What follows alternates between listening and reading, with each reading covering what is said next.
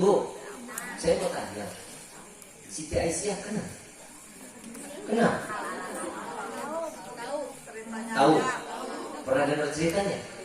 Siti Aisyah penghuni surga bukan? Bidadari surga bukan? Punya suami siapa? Fir'aun. Kok bisa masuk surga? Sedangkan suaminya orang paling bejat, ngaku Tuhan, sihir. Tapi istrinya bisa masuk surga. Kenapa? Iman. Enggak mundur. Terus berjuang dakwah untuk Fir'aun ini masuk ke dalam agama Islam. Yakin kepada Allah. Sampai mati Fir'aun tidak mendapatkan hidayah dari Allah. Tapi apa? Buah keberhasilan seorang istri yang taat, yang sayang kepada suaminya. Walaupun dia seorang Fir'aun. Semuanya diberikan. Semua. Kita dari suami tukang mabuk dikit pulang. Wah, pulangin saya ke rumah orang tua. Doanya istri itu sampai tangisan bisa mengguncang arus ke Allah. Hidayah itu bisa keluar dari doa seorang istri. Mintanya yang baik-baik terus sama Allah. Jangan pernah suntuk, jangan pernah bosan. Kenapa? Setiap laki-laki juga kadang ada bosannya. Kadang istri juga ada bosan. Dikit-dikit ketemu dekat sama suami, gak mau dekat-dekat, gak mau lama-lama, dipegang dikit, gedit. Nah lu kan udah halal, Pak. Orang dipegang begitu mah senang istri mah. Ini ntar pulang pegangan tangan ya. Biarin orang tetangga mau bilang, ih lu kayak gajah sirkus, biarin aja. Tunjukin kasih sayang kita. Tapi gak boleh bermesraan di depan umum, gak boleh. Cium-cium, kening, ini gak boleh. Ya, bermesraan gak boleh. Itu aib taruh di dalam rumah.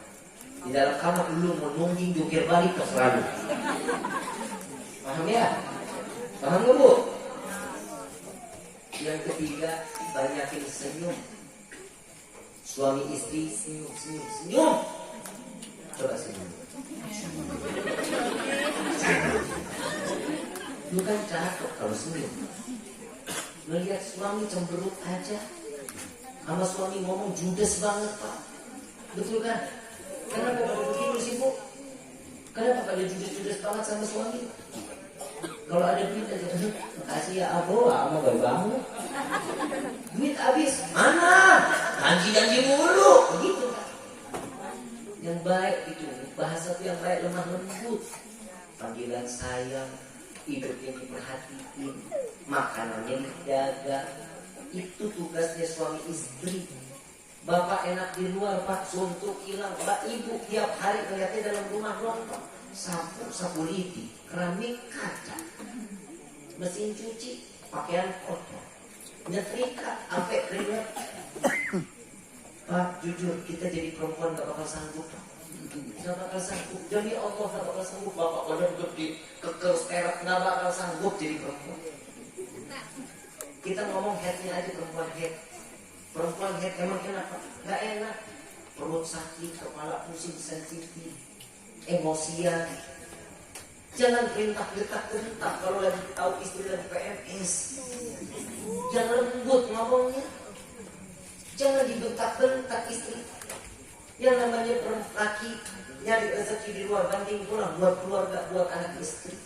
Kalau di akhir zaman banyak laki-laki keluar, punya kerjaan, dia nikah banting pulang istri.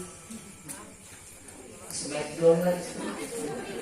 Saya baru lihat tadi itu di TikTok kemarin, ada security, istrinya nggak selingkuh, enggak sama sekali.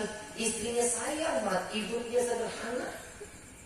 Orang nggak punya, tahu suami datang main cekek aja, dicekek, disihir, dibanting. Kebayang istri badannya segini, itu security badannya gede banget.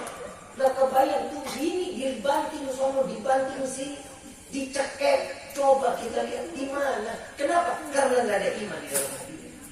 Kalau ada iman nggak bakal pasti seorang laki-laki nggak hargain perempuan. Mau nggak perempuan sayang sama suami? Bapak mau disayang sama istri? Kasih sayangnya dulu. Istri itu nggak bakal memulai kalau kita nggak mulai, Pak. Tapi di malam kalau istri yang mulai buat 7 pintu surga pun diadain. Terserah istri mau masuk yang dari yang mana. Ini hari paksa pokoknya harus jadi di malam. Paham, Bu? klik juga nggak apa-apa. Ya Bu ya, istri jangan malu-malu sama suami, minta ngomong. Pernah nggak minta duluan sama suami? Nggak pernah Pak, minta duluan Pak. Istri nggak pernah. Aduh ya Allah ya Allah. Oh, ngomong.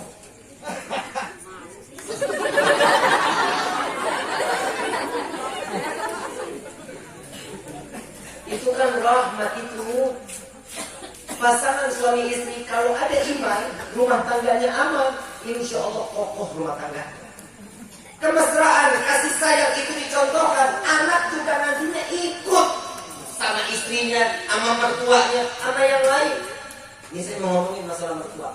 Bu, saya nggak mau mertua. Saya mau tanya, ibu tinggal di rumah mertua betah enggak? ATM saya. Kita mah cukup sayang aja Bib, kalau hidup bersama-sama mertua nggak sanggup Bib. Kenapa? Karena hidup itu fitnah. Motong cabai harusnya miring bulat, salah bisa ribut 7 hari kemudian. Betul nggak? Betul kan Bu? Sama bapak begitu juga, tinggal di rumah mertua betah. Nggak bakal betah, bangunnya harus duluan daripada mertua. Mertua bangun jam 4, kita minimal setengah 4 udah harus bangun. Tunjukin kalau kita ini anak soleh. Rumah boro-boro subuh juga nggak kedengeran. Sama mertua yang sayang. Kenapa? Itu pintu surga kita yang kedua. Gak ada orang tua kita mertua, pintu surga kita. Jangan sama mertua hitung-hitungan. Kalau kita kasih orang tua kita sekian, wajar. Kalau kasih orang tua 1 juta, contoh. Ngasih orang tua 1 juta, ngasih mertua 500.000, boleh. Kasih. Kalau bisa disamain jauh lebih baik. Jangan kitanya suka mikirin, dia kan gak ngelahirin. Hati-hati. Mertua itu gerbang surganya kita. Dia kok kasih anak tuh buat kita, dia yang lahirin, dia yang didik, dia yang kasih makan, kita mah tinggal dicipin. Betul nggak Pak? Emang kita mendidik tuh istri kita dari kecil. Saya panik, besok kalau udah gede, biar jadi istri saya ya. Gak pernah. Yang didik orang tuanya, yang kasih nafkah orang tuanya begitu gede, dikasih ke bapak. Dan dia cinta banget, mertua cinta sama bapak, ridho. Kenapa? Karena telah yakin bahwa si orang istri ini ada di tangan ini laki, insya Allah aman, sehat, ibadahnya terjaga. Ini, tapi kan kadang suka begitu kita. Kenapa mertua itu kok kita wajib sayangi? Kedua dari orang tua kita. Kenapa? Tanpa harus melahirkan kita, mertua cinta dan sayang sama menantu model kayak kita. Cintai, ibu juga begitu, punya mertua hormati. Surganya ibu tetap sama suami. Tapi akhlak ibu, adab ibu kepada istri, istri itu kepada mertua, itu jauh lebih baik. Kalau masak rumah mertua dekat, bikinin itu masakan agak lebih, kasih ke mertua. Ya, Bib, salah aja Bib, kadang kasinan lah, kadang ini, pede aja. Yang penting niat niat baik. Jangan hitung-hitungan sama mertua, hati-hati. Pokoknya dijaga rumah tangganya dulu. Mau kitanya baik, anak kita jadi baik. Kita jadi rumah tangganya baik, anak kita pasti akan baik. Di dalam kitab Duratun Nasihin ada 9 kriteria orang-orang yang di dalam rumah tangga ini ada 9. Tapi saya nggak mau bahas 9. Saya ambil poin-poin yang pentingnya aja. Dari 9 ini yang paling penting, yang pertama lemah lembut. Yang kedua punya cinta dan kasih sayang.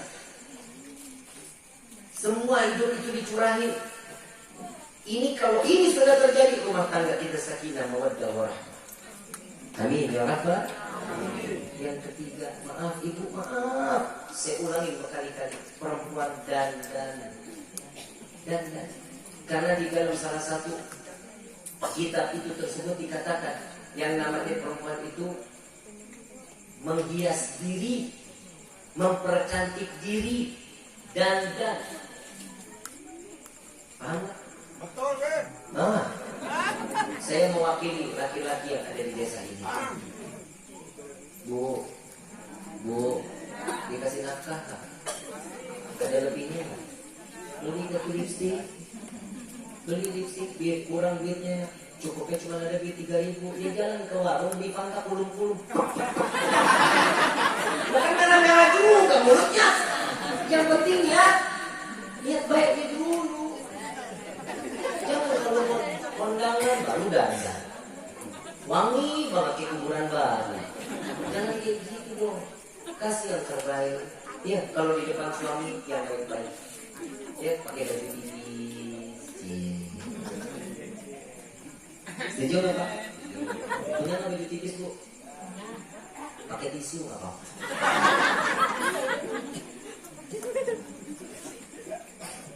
Lemah lembut, punya cinta kasih sayang. Yang ketiga, dandan. Dandan itu membuat lelah seorang laki-laki hilang. Yang namanya perempuan, kalau udah dandan, ya Allah, bidadari aja cemburu. Cemburu. Tapi ingat, bidadari nggak pakai dandan, ilernya wanginya sedunia. Iler dulu beda.